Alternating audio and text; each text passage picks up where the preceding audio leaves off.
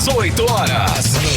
Notícias de Manaus, Amazonas, Brasil e do mundo.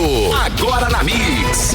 Muito boa noite para você sintonizado aqui em 100,7. Obrigada pela sua companhia. Você também que nos acompanha nas redes sociais, no @18horasnews, no YouTube, também no Instagram. Exato, estamos juntos para mais uma edição do programa 18 horas. Eu, Karime Leão e Artemisa Gadelha. Artemisa, boa noite. Boa noite, Karime Leão. Boa noite para você que está aí acompanhando a gente aqui na 100,7 de algum lugar dessa cidade. Você está no melhor mix do Brasil. 18 horas.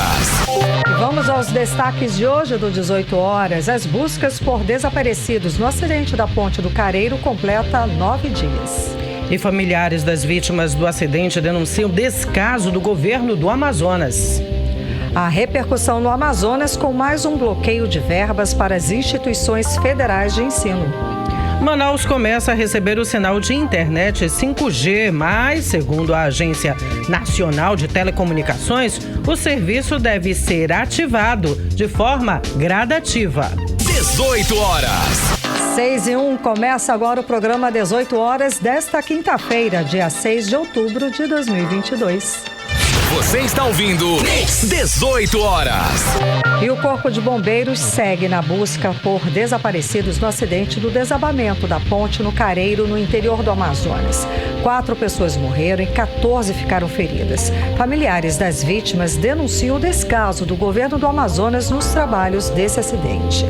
A tragédia aconteceu no dia 28 de setembro na Ponte Curuçá, no quilômetro 25 da BR-319. Pelo menos 12 veículos afundaram na hora que a ponte desabou. Hoje, os familiares de João Nascimento Fernandes, que ainda está desaparecido, denunciam a falta de comprometimento do governo do Amazonas com as buscas das vítimas da tragédia. Exatamente, Artemisa. E agora, 9 dias depois do acidente, os familiares reclamam que o ritmo do trabalho e das buscas diminuíram. Nas redes sociais, o governador Wilson Lima afirmou que estava prestando apoio para as vítimas e para as famílias. Mas, de acordo com as denúncias, nenhuma ajuda chegou até agora. Nenhuma, Karine. Ainda segundo as vítimas, o governo do Amazonas não deu nenhuma ajuda financeira e muito menos apoio psicológico. Um completo descaso, como explica a repórter Nathalie Moraes.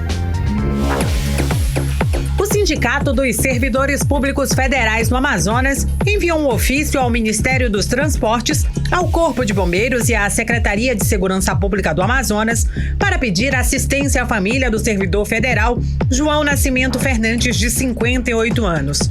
Desaparecido no último dia 28 de setembro, no desabamento da ponte no quilômetro 25 da BR-319. O documento pede celeridade nas buscas, que completaram 9 dias nesta quinta-feira. Parentes e amigos dos desaparecidos têm relatado um número baixo de agentes e poucos equipamentos nas buscas. Bastante abalada, a esposa Rosângela Fernandes contou que ela e João voltavam do sítio quando o marido percebeu que apenas uma via da ponte estava liberada e resolveu sair do carro no momento em que a ponte desabou.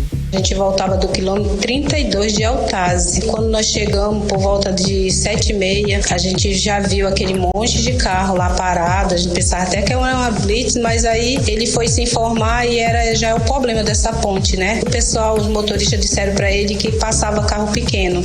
Mas aí ele me deixou lá no carro e foi analisar, né, para poder passar. Ele não foi logo. E quando ele saiu, eu escutei o estralo, o barulho e o desespero, que foi horrível.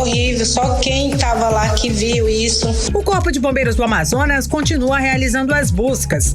Kelly Fernandes é filha do desaparecido e tem acompanhado as buscas no local. Segundo ela, são falsas as informações divulgadas pelo governador Wilson Lima, que mais de 40 pessoas estariam trabalhando no local.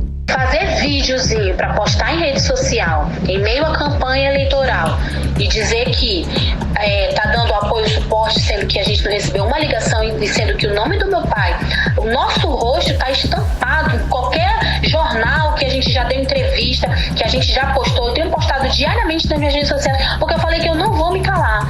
A morte do meu pai não vai ficar assim. Vocês que são culpados, vocês vão ter que pagar. Entendeu?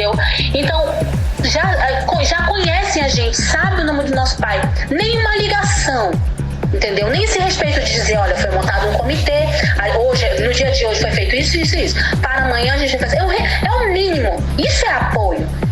Cadê o apoio às vítimas que ele postou dizendo que ele estava dando? E agora, você negligencia assim, diz que está apoiando as vítimas, mas o Johnny não recebeu o apoio da mãe dele. A gente não está recebendo apoio por conta do nosso pai. Que apoio é esse? A BR-319 é a principal ligação por via terrestre entre Manaus e Porto Velho, em Rondônia. Mas com o tráfego de veículos interrompido por terra, muitos condutores têm optado por outro trajeto até conseguirem chegar ao destino final.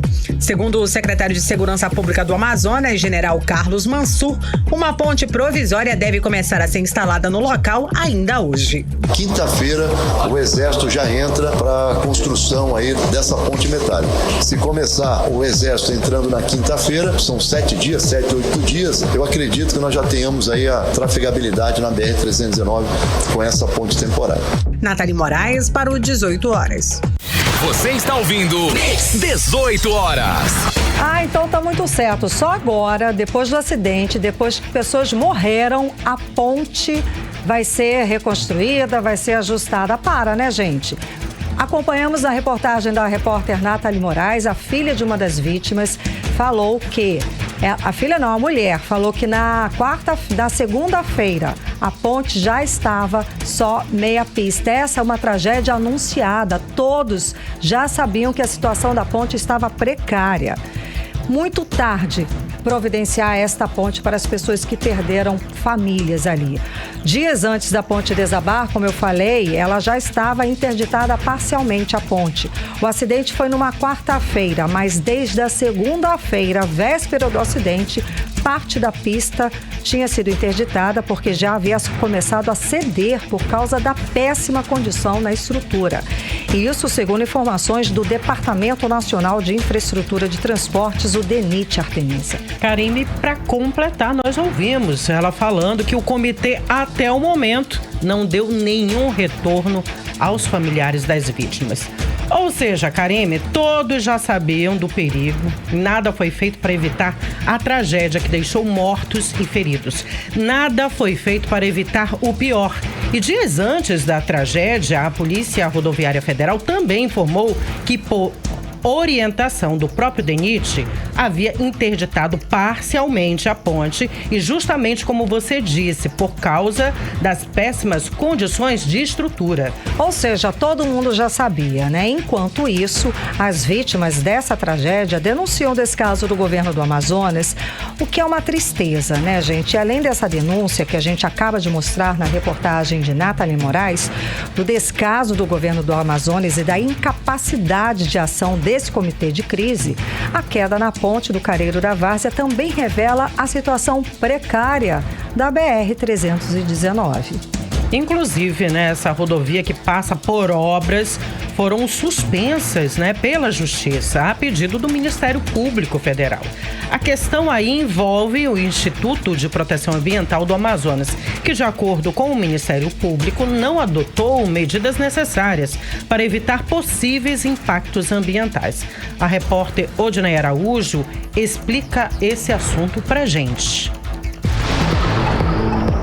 A Justiça Federal suspendeu em caráter liminar a licença de instalação concedida pelo IPAAM, Instituto de Proteção Ambiental do Amazonas, ao consórcio Tecoardo para obras de pavimentação no trecho C da BR-319, nas imediações do município de Beruri. De acordo com o Ministério Público Federal, autor do pedido, o IPAAM desprezou a legislação estadual e a sua própria normativa ao liberar essas obras. A procuradora da República, Ana Carolina Bragança, explica que um processo de licenciamento ambiental regular é imprescindível para que se conheçam impactos ambiental e socioambiental de um empreendimento e também para que sejam adotadas as medidas necessárias para aliviar ou compensar os impactos. Mas, de acordo com a procuradora Ana Carolina Bragança, no caso da instalação de uma usina de asfalto em Beruri, o licenciamento ocorreu sem qualquer estudo prévio que pudesse identificar esses possíveis impactos ambientais, o que pode comprometer os rios da região. Valendo lembrar que essa usina se situa muito próxima a áreas de preservação permanente, a corpos hídricos, e ainda assim nenhum estudo foi feito ou sequer exigido pelo IPAAM, e além disso foi pulada a fase regular de licenciamento prévio, quer dizer, em vez de se emitir uma licença prévia dentro das suas condicionantes, da sua previsão legal, passou-se diretamente à fase de licença de instalação. Não fosse o suficiente, mesmo o processo de emissão da licença de instalação também veio eivado de irregularidades. Por exemplo, dos autos se pode perceber que o empreendedor não sabe sequer a quem efetivamente pertence a posse do terreno onde essa usina está sendo instalada. Além disso, segundo o Ministério Público Federal, há também dúvidas a respeito da extensão das áreas de preservação permanente no entorno, mas isso, segundo a Procuradora da República, Ana Carolina Bragança, não é tudo. Mais gravemente, o licenciamento ambiental foi feito como se o empreendimento tivesse um potencial poluidor degradador pequeno e um porte também reduzido. Assim foi feito o requerimento e assim foi feita a análise inicialmente empreendida pelo IPAAM. Mas o fato é que, segundo as regras do próprio IPAAM, esse empreendimento tem potencial poluidor degradador grande e porte excepcional.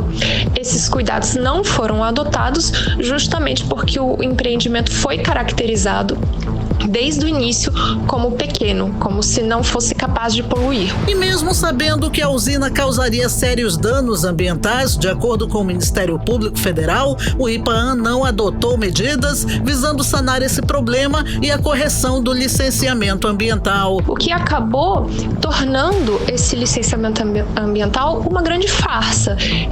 Um licenciamento em que claramente se visa a aprovação do empreendimento, independentemente da segurança a respeito da sua capacidade de proteger o meio ambiente e as questões socioambientais eventualmente relacionadas. A decisão da Justiça determina a suspensão da licença de instalação até que os problemas apontados sejam sanados pelo órgão ambiental.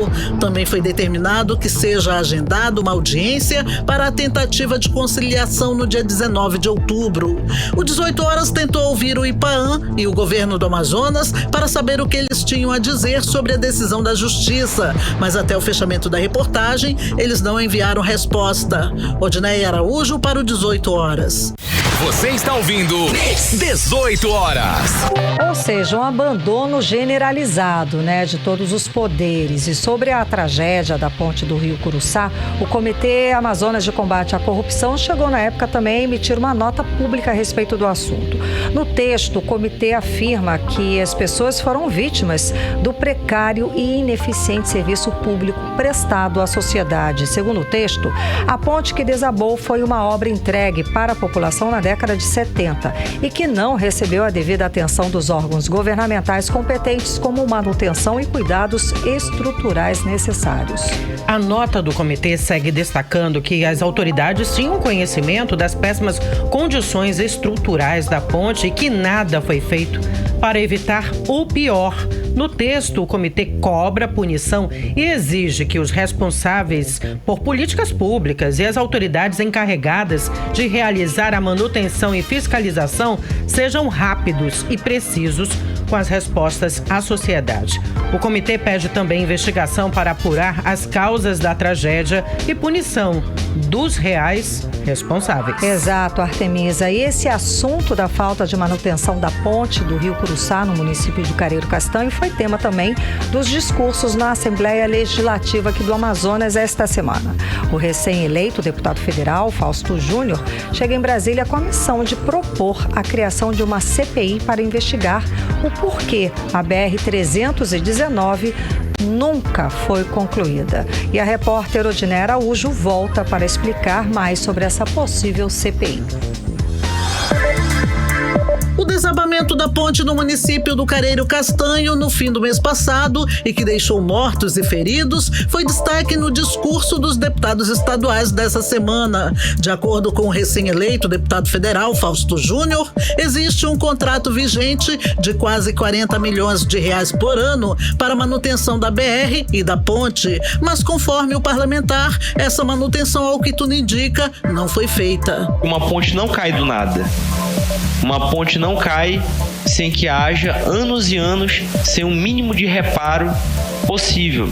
Para que aquela ponte tenha caído, tenha sido desabada, esse é o resultado naturalmente de anos de falta de manutenção. Então é preciso que se faça uma investigação, uma apuração para o contexto em que essa ponte caiu, e é preciso também que se faça uma avaliação dos demais trechos de ponte, em que condições estão essas outras pontes. O deputado Serafim Correia denunciou a existência de uma indústria da multa na manutenção das estradas aqui no Amazonas. As empresas que cuidam da manutenção são as mesmas há muitos anos.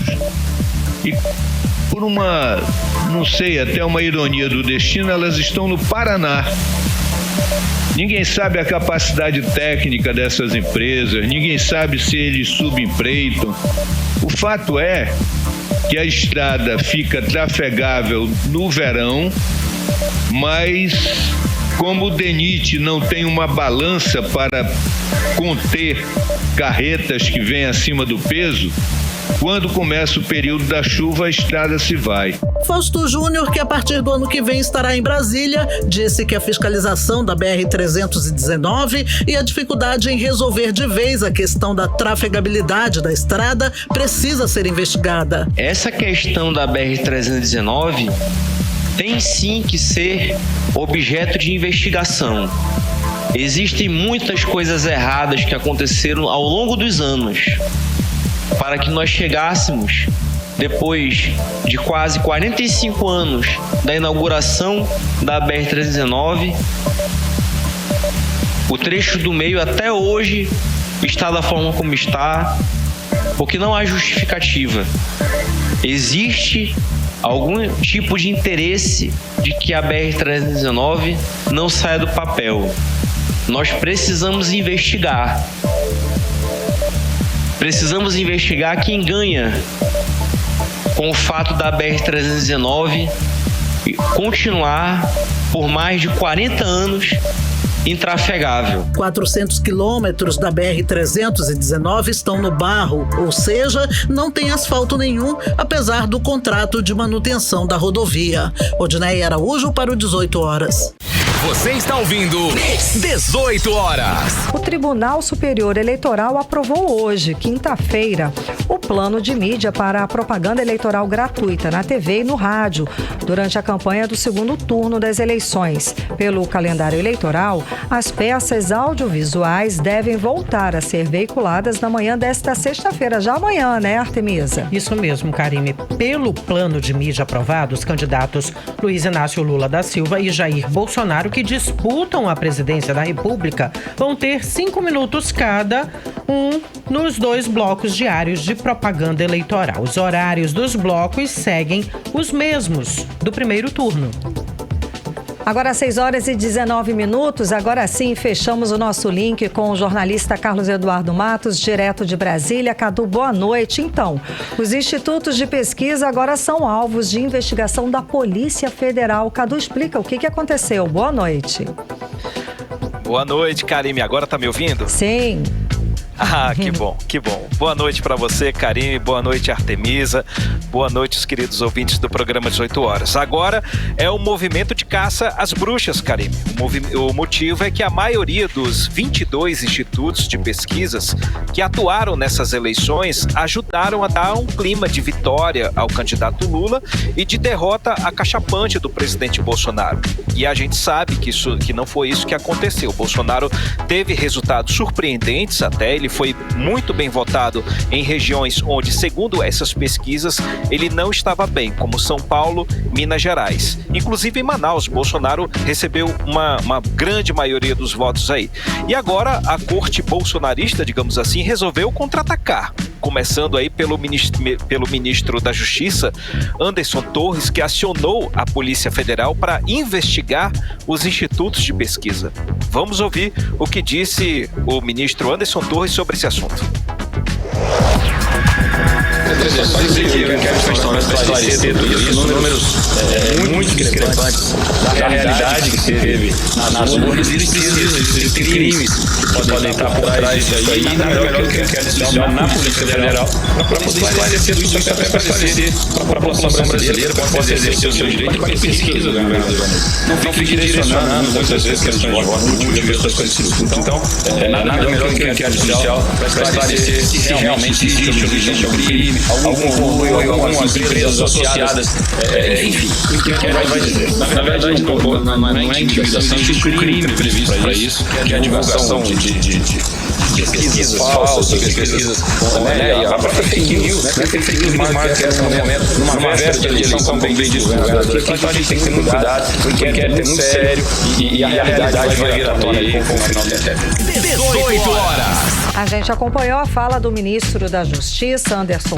Torres, a respeito dessa investigação dos institutos de pesquisa. Cadu. Karime, o senador Flávio Bolsonaro, que foi o coordenador político da campanha do pai dele, está coletando assinaturas para instalar a CPI dos institutos de pesquisa, também para investigar indícios de manipulação das pesquisas de intenção de voto nessas eleições de primeiro turno. Na Câmara dos Deputados, vários parlamentares apresentaram também projetos de lei tendo como alvos os institutos de pesquisa. Ele disse hoje aí que vai, no caso, o presidente da Câmara dos Deputados, Arthur Lira, disse hoje que vai colocar esses projetos em discussão no plenário já na semana que vem. Um deles é o projeto do deputado federal e líder do governo na Câmara, Ricardo Barros.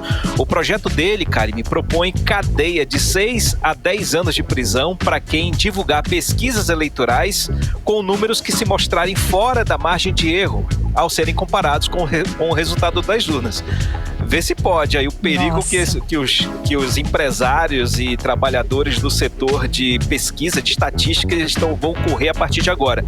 As ofensivas contra esses institutos de pesquisa, Karime, estão muito fortes e vamos aguardar para ver se a Polícia Federal vai realmente encontrar irregularidade nas pesquisas que foram divulgadas. E a gente sabe, esses projetos só ganharão forças a partir do resultado dessas investigações.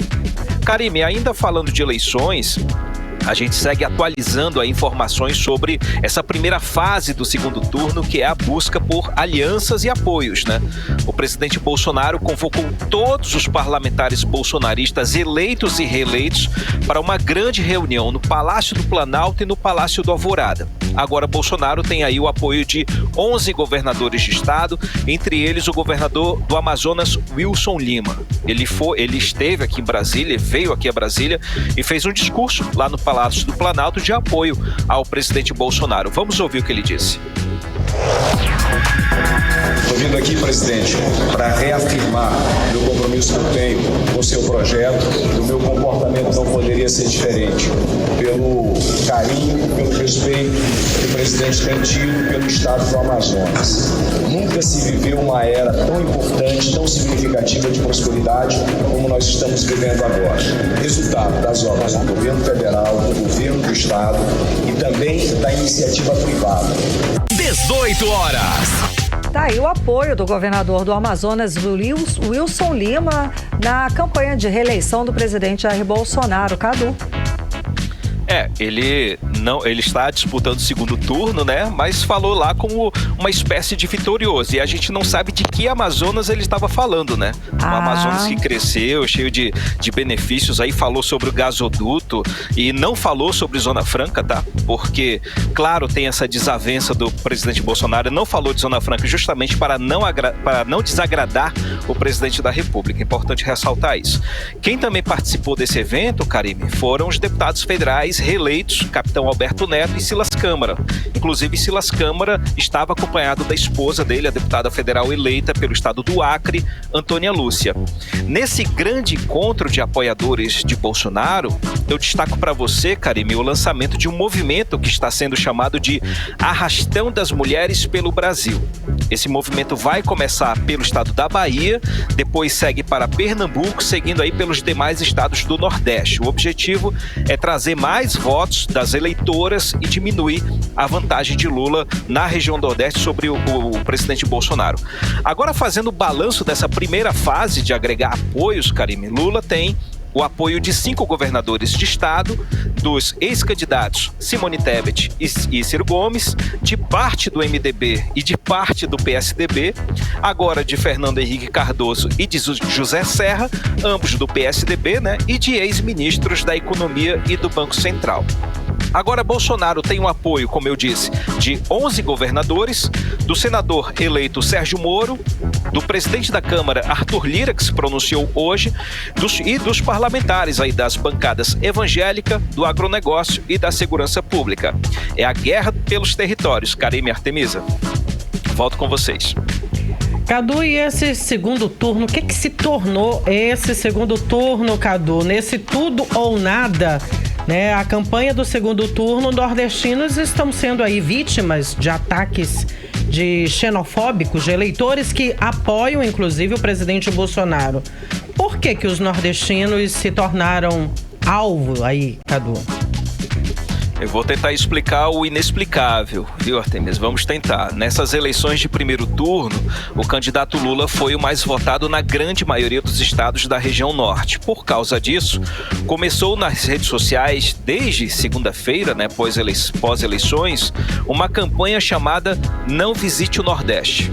E para piorar, eleitores de Bolsonaro publicaram vídeos nas redes sociais mobilizando os empresários a não empregarem ou demitirem os nordestinos, já que eles votaram no candidato Lula. Que absurdo, né? Imagina quantos nordestinos perderam o emprego com essa campanha por causa da ignorância, por causa da intolerância, do ódio político. Desculpa, mas é sério isso, Cadu? É sério. Em 2022 a gente está falando sobre isso, desse tipo de atitude. Eu não tô querendo acreditar, não creio, não. É sério isso. Só o que eu coletei são 3 vídeos assim, mas eu não coloquei porque a gente vai acabar divulgando, né? Vai acabar propagando o ódio entre as pessoas, porque ele está enraizado entre nós, né? Entre as pessoas, entre a nossa família. Isso é provocado pela paixão pelo partido, paixão pelo candidato, paixão pela pessoa, enfim. Então, boa parte desses vídeos aí, essas pessoas que falaram são empresários aí que fizeram esses movimentos pedindo para que os colegas demitissem ou não admitissem os nordestinos. Então, olha o efeito que isso causou. O resultado é que a Polícia Civil e o Ministério Público dos estados estão investigando diversos casos de todo o país por crimes de racismo e xenofobia. A gente espera aí, Karime e Artemisa, e torce bastante para que essas pessoas se deem mal e paguem pela sua ignorância, nem que seja com cesta básica, né? E o assunto chegou, enfim, né, na campanha, né, Artemisa? Ontem o presidente Bolsonaro reforçou o preconceito, afirmando que os nordestinos são analfabetos, sem cultura e desempregados. Mais uma vez, trocando os pés pelas mãos no discurso dele. Vamos ouvir a fala de Jair Bolsonaro. Lula venceu em 9 dos 10 estados com maior taxa de analfabetismo. Vocês estão pensando nesses estados? No nosso Nordeste, não é só taxa de analfabetismo alta ou mais grave nesses estados. Outros dados econômicos agora também são inferiores às regiões, porque esses estados do Nordeste estão há 20 anos sendo administrados pelo PT. Onde a esquerda entra, leva o analfabetismo, leva a falta de cultura, leva o desemprego, leva a falta de esperança. É assim que age a esquerda no mundo todo. 18 horas. A gente acompanhou então agora um trecho da fala do presidente Jair Bolsonaro a respeito do Nordeste, criticando o PT, né? Que onde vai que leva isso tudo? Analfabetismo, falta de cultura. Cadu. Associando, né? Fazendo associações aí entre o partido PT e a pobreza do Nordeste, né? Agora, claro que isso aí se tornou uma batalha nas redes sociais e gerou munição para o candidato Lula, que reagiu, porque ele é pernambucano, né? Ele falou sobre esse assunto num discurso que ele fez lá em São Bernardo do Campo, em São Paulo. Vamos ouvir o que ele disse. O meu adversário disse que eu só ganhei as eleições dele porque o povo nordestino é analfabeto.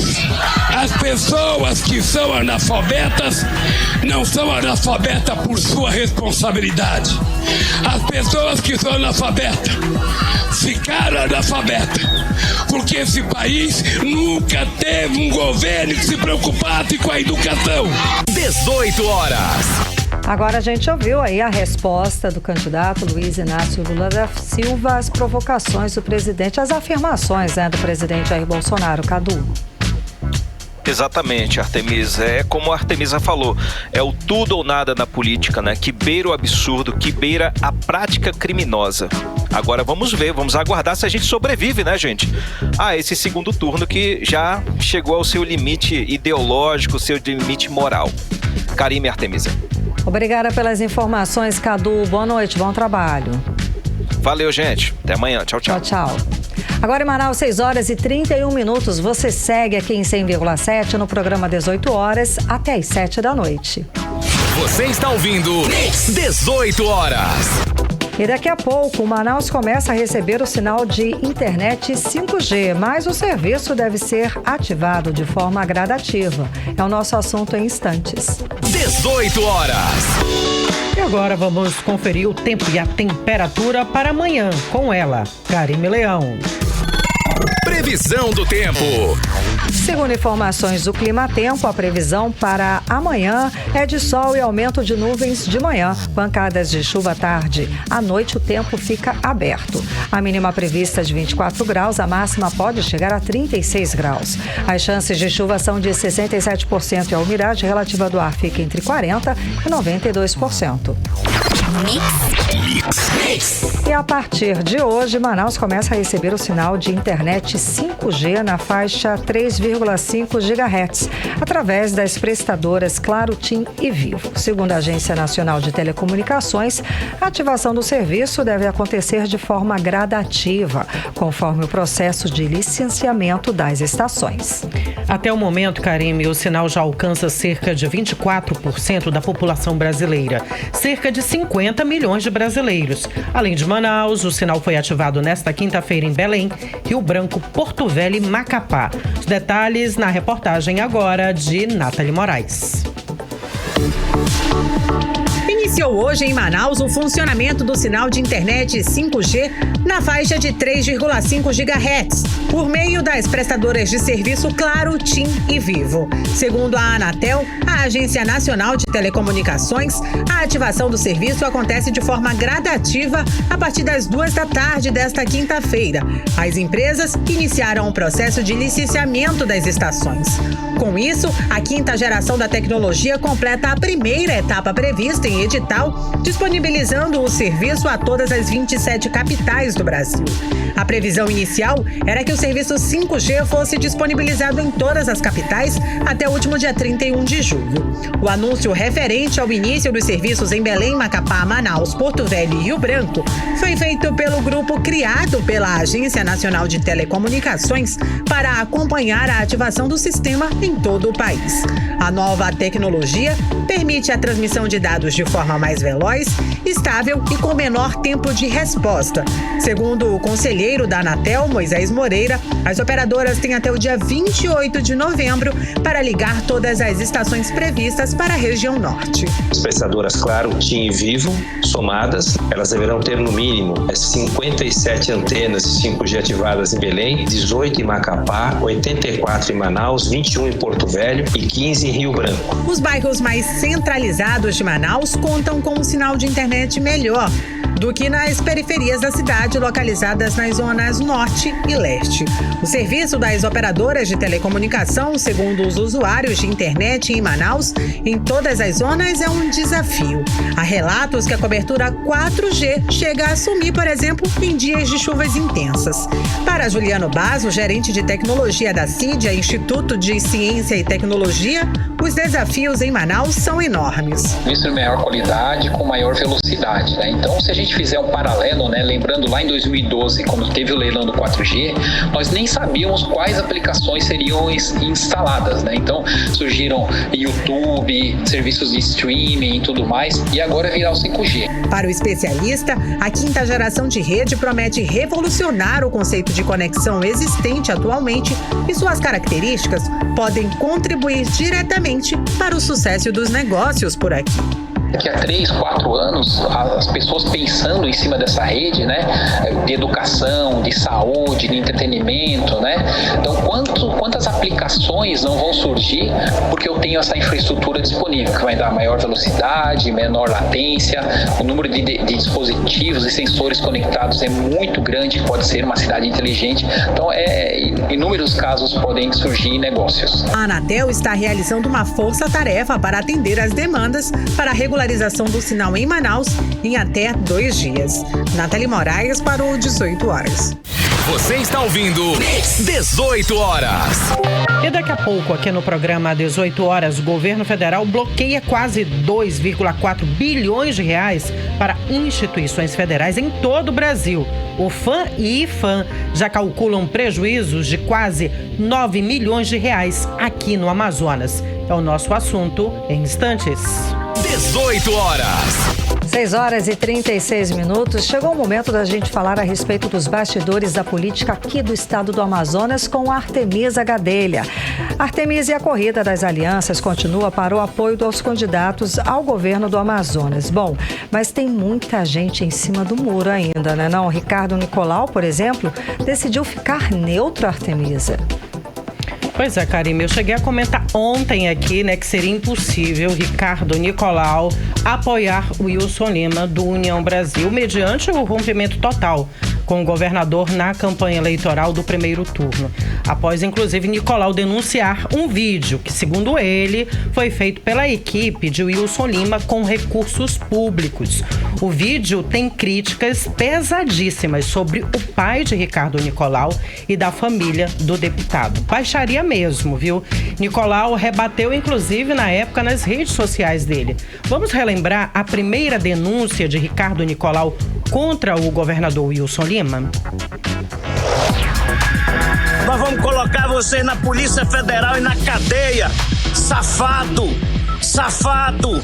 Você veio aqui só pra roubar e vem falar do meu pai, vem falar da nossa família, vem falar de mim, seu bandido. Você vai ter o que merece. O povo do Amazonas vai te dar o que tu merece. E quando tu sair do governo, tu vai ser preso. Bandido, safado. Wilson Lima, tu és um safado. Eu que tô falando, você é um safado. 18 horas. Karime e ouvintes, não parou por aí, viu? O deputado Ricardo Nicolau realmente denunciou o governador Wilson Lima na Polícia Federal. Vamos relembrar. Wilson Lima, você usou dinheiro público para fazer essa maldade com meu pai.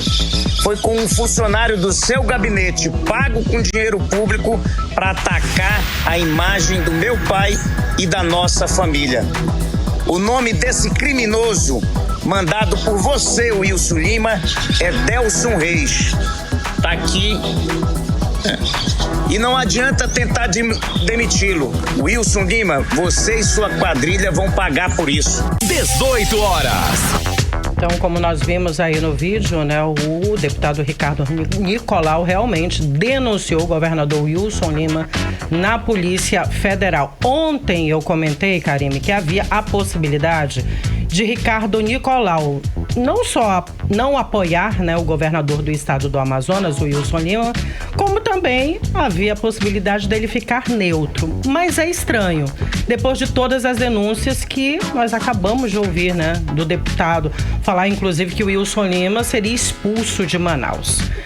Mesmo ele dizendo que não vai se posicionar, é óbvio que ele não está ao lado de Wilson Lima. E se estiver, é incoerente, mediante todas essas denúncias que nós acabamos de ouvir. Se esperava, inclusive, que o deputado Ricardo Nicolau apoiasse, então, o candidato Eduardo Braga, do MDB, e entrasse, inclusive, no movimento político aí contra o governador do estado do Amazonas, o Wilson Lima. Bom, o deputado pode até ficar em cima do muro, Karime, mas, ao que tudo indica, lá na hora da urna, o Wilson Lima não será a opção dele. Como homem público, a ele só resta uma opção: Eduardo Braga. Bom, vamos falar agora de Amon. Outro posicionamento, inclusive, muito esperado pelo eleitorado, né, do vereador Amon Mandel, do Partido Cidadania. Ele foi eleito nessa eleição ao cargo de deputado federal. Mas ele diz que prefere deixar a população livre para decidir em quem votar para presidente da República e também para governo do estado do Amazonas. O deputado recebeu várias críticas nas redes sociais, mas presta atenção na situação dele. O Cidadania acabou declarando apoio ao candidato Lula, candidato à presidência da República. E o eleitorado bolsonarista que votou em Amon, quando soube do apoio, né, do Cidadania, do partido, começou a atacar o novo eleito. Bom, o partido tomou esse posicionamento, mas talvez não seja a opção de Amon Mandel. Entende? Bom, nessa briga polarizada, talvez ele tenha decidido que era melhor se abster.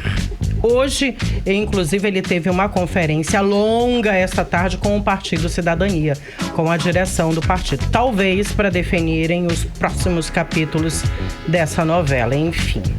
Agora, eu vejo também uma certa incoerência, a falta do posicionamento, né, de Amon para o governo do estado, já que Amazonino Mendes, mesmo partido dele, inclusive os dois fazem parte do mesmo partido, devem provavelmente, né, Amazonino deve apoiar Eduardo Braga.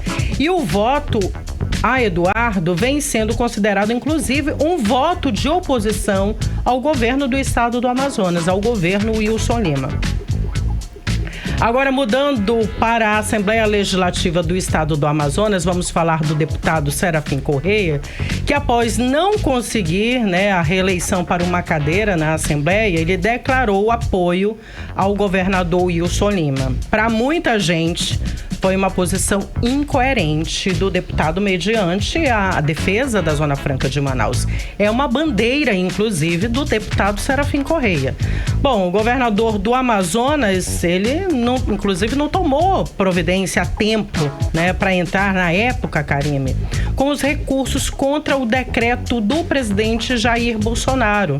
A gente lembra que, inclusive, foi o partido Solidariedade de Ricardo Nicolau que entrou com essa ação, né? E para presidente, o deputado disse que vai apoiar o candidato Lula, que apoia Eduardo Braga. Enfim, uma salada aí, né? Sobre o apoio do interior, o Wilson Lima continua ganhando novas alianças. Entre essas alianças, a do vereador de Itacoatiara, Arnold Lucas, ele que é do partido PV. Arnold, ele esteve ao lado do candidato ao governo do Amazonas, Amazonino Mendes. Também era esperado o apoio dele a Eduardo Braga. Enfim. Outra pernada, Karime. Muitas pernadas por aí, viu? Prefeitos que apoiavam Eduardo Braga, que era o Regis Nazaré, do Partido Republicanos de Anori, e Raimundo Paulino Grana, do PSDB de Silves, agora são o Wilson Lima desde criancinha, viu? Enfim, boi voa na política.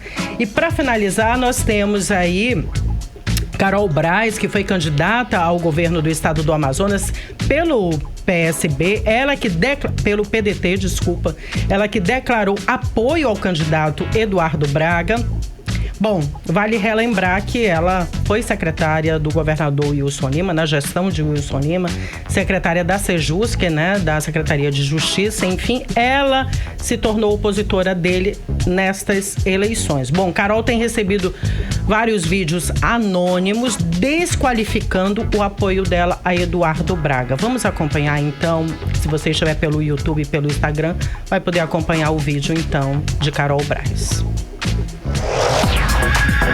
Oi, pessoal. Acabei de receber pela internet um desses vídeos anônimos utilizando uma fala crítica que eu fiz num recente debate acerca do Eduardo Braga. Quero falar para vocês que já conversei com ele sobre essa situação e ouvi também as informações da jornalista. O que nós temos que debater agora é muito maior do que isso. É o futuro do nosso Amazonas. É escolher entre a atual gestão incompetente e desastrosa ou fazer o nosso Amazonas voltar a crescer. Eu não vou me omitir nesse segundo turno. Eu não vou votar nulo, não vou votar em branco. E te peço para que você também tenha essa consciência e faça a comparação da eficiência de gestão quando Eduardo Braga foi governador e o desastre, retrocesso total que estamos vivendo hoje. Precisamos voltar a crescer. Precisamos nos posicionar. Por isso, eu estou com Eduardo Braga pensando no coletivo, pensando no nosso estado, que precisa voltar a crescer e avançar. 18 horas. Bom, segundo Carol Braz, a decisão dela, como nós ouvimos, está ligada ao futuro do Amazonas. Da escolha entre uma administração incompetente, com um rumo desastroso, como ela disse, né? E com uma proposta, né? Que é a proposta do Eduardo Braga, que é parecida com a proposta dela. E que ela vê Eduardo como a melhor opção para impedir aí o retrocesso que, segundo ela, está destruindo o Amazonas. Nós vamos finalizar, Karime, com uma boa notícia, viu? Esta tarde, Anny Moura, vice do candidato Eduardo Braga ao governo do Amazonas, ela deu à luz essa tarde a um menino pesando quase 4 quilos, 48 centímetros. Simon e a mãe Anny passam bem. Meninão, hein, Karime? Parabéns para a nova mamãe do estado do Amazonas, Artemisa. Obrigada pelas informações. Agora 6 horas e 47 minutos. Você está ouvindo 18 horas. Sinal de alerta, viu, sobre cortes na educação pública em todo o Brasil. O governo federal realizou mais um bloqueio de recursos do Ministério da Educação. O novo decreto atinge 2,399 bilhões de reais, sendo que 1,5 bilhão de reais já agora para o mês de outubro. A Associação Nacional dos Dirigentes das Instituições Federais de Ensino Superior emitiu nota sobre esse bloqueio de recursos do Ministério da Educação. Karime, esse corte é preocupante porque vai afetar também as universidades federais que estão aqui no Amazonas, no caso a UFAM, Universidade Federal do Amazonas, e o IFAM, Instituto Federal do Amazonas. Aqui no estado, os cortes chegam a quase 9 milhões de reais. O repórter Hector Silva traz mais informações. Um decreto do governo federal bloqueou este mês 8,9 milhões de reais destinados à UFAM, Universidade Federal do Amazonas, e ao IFAM, o Instituto Federal do Amazonas. A assessoria de imprensa da UFAM informou que o corte da instituição é de 5,4 milhões de reais somente este mês.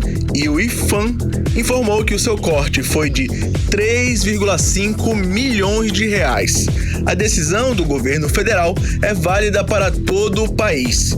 Dirigentes da UFAM e do IFAM estão realizando reuniões de emergência para organizar os gastos após a decisão que pegou todos de surpresa.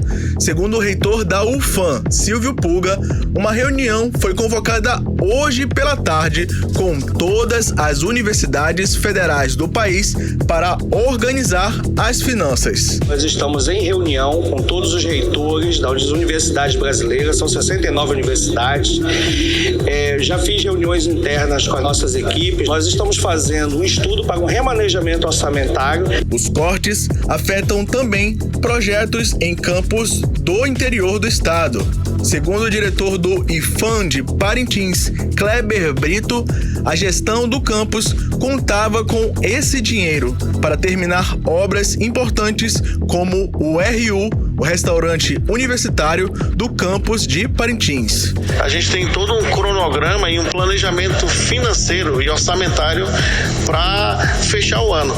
Então, se você tem um corte, de alguma forma vai afetar a prestação de serviço na área da educação, seja ele na merenda escolar, seja ele no transporte de aluno, seja ele no serviço de vigilância, no serviço de limpeza, ou seja, alguma atividade que você contratou poderá não ser honrada porque você não tem dotação orçamentária para empenhar. Vejam os prejuízos, são muitos. Nesse caso, eu estou impedido de começar uma obra que é em benefício dos alunos, que é o refeitório. Em nota, a UFAM informou que o corte de 5,4 milhões de reais este mês seria usado no empenho e renovação de contratos essenciais para o funcionamento da universidade. Quanto aos gastos do IFAM, o Instituto informou que 3,5 milhões de reais afetam diretamente as ações de assistência estudantil. Além disso, o IFAM informou que o corte de 3,5 milhões este mês, junto ao corte de 4,7 milhões no primeiro semestre, já somam um déficit de 8,3 milhões de reais nos gastos do Instituto este ano. Em nota, o MEC, Ministério da Educação, informou que, em dezembro, os valores retidos serão desbloqueados. Hector Silva, para o 18 horas. Você está ouvindo 18 horas. E nós conversamos com o deputado federal José Ricardo, do PT do Amazonas, que falou sobre o prejuízo que esses cortes representam. Vamos ouvir. É um absurdo que o governo federal, através do Ministério da Educação, faz, que é bloquear recursos para a educação das universidades e dos institutos federais. Esse decreto 11.216, agora dia 30, ele mostra o descaso do governo com a educação, que já teve cortes anteriores, ainda este ano, e agora um corte de mais de 2 bilhões a nível nacional do Ministério da Educação. E isso afeta diretamente a Universidade Federal do Amazonas e o Instituto Federal, que juntos vão ter bloqueado próximo de 9 milhões de reais, que se soma aos outros 25 bilhões que meses atrás já tinham sido bloqueados. Então mostra a dificuldade dessas instituições de terminar o ano com seus compromissos, pagamentos. 18 horas. O deputado José Ricardo também disse que está tentando barrar esse decreto do governo federal. Vamos ouvi-lo novamente. Eu dei entrada num projeto de decreto legislativo, um PDL, para tentar sustar os efeitos desse decreto maléfico para a educação. Nós já tivemos aí, nos meses atrás, esses cortes e que afetaram, de modo geral, todo o planejamento de investimentos. Aliás, investimentos foi cortado quase tudo para essas duas instituições ao longo desses 4 anos. Tanto que as minhas emendas de bancada todas foram destinadas ao UEA, para a UFAM e IFAM. Se não tivesse essas minhas emendas de bancada, aqui no Amazonas não teria recurso para investimento. E a pergunta que fica é o seguinte: por que não tirou recursos dos militares? Por que não teve corte de recursos do orçamento secreto? Orçamento secreto, que é um absurdo que nós temos aí criado lá no Congresso, que o governo poderia muito bem tirar dali para manter as universidades, manter os recursos da educação. Portanto, eu espero que o PDL possa ser apreciado pela pela Câmara e, com isso, poder garantir a universidade, o IFAM, principalmente o nosso estado, que hoje padece com esses cortes. 18 horas. E sobre o assunto, nós conversamos também com o cientista político Elson Ribeiro, que analisou os cortes do governo federal nas instituições de ensino. Vamos ouvir. Veja bem, as universidades federais e os institutos federais, no caso do Amazonas, a UFAM, né, e o IFAM, eles já estão na penúria há um bom tempo. É bom lembrar que verbas foram cortadas para pesquisa, para extensão, principalmente. Se prioriza mais a graduação, né? Quando você vai ver bolsas de iniciação científica foram cortadas. E aí eu digo que o governo, ele não comete erros, ele faz escolhas. E aí ele faz escolhas para virar as costas para esses institutos e para essas universidades, né?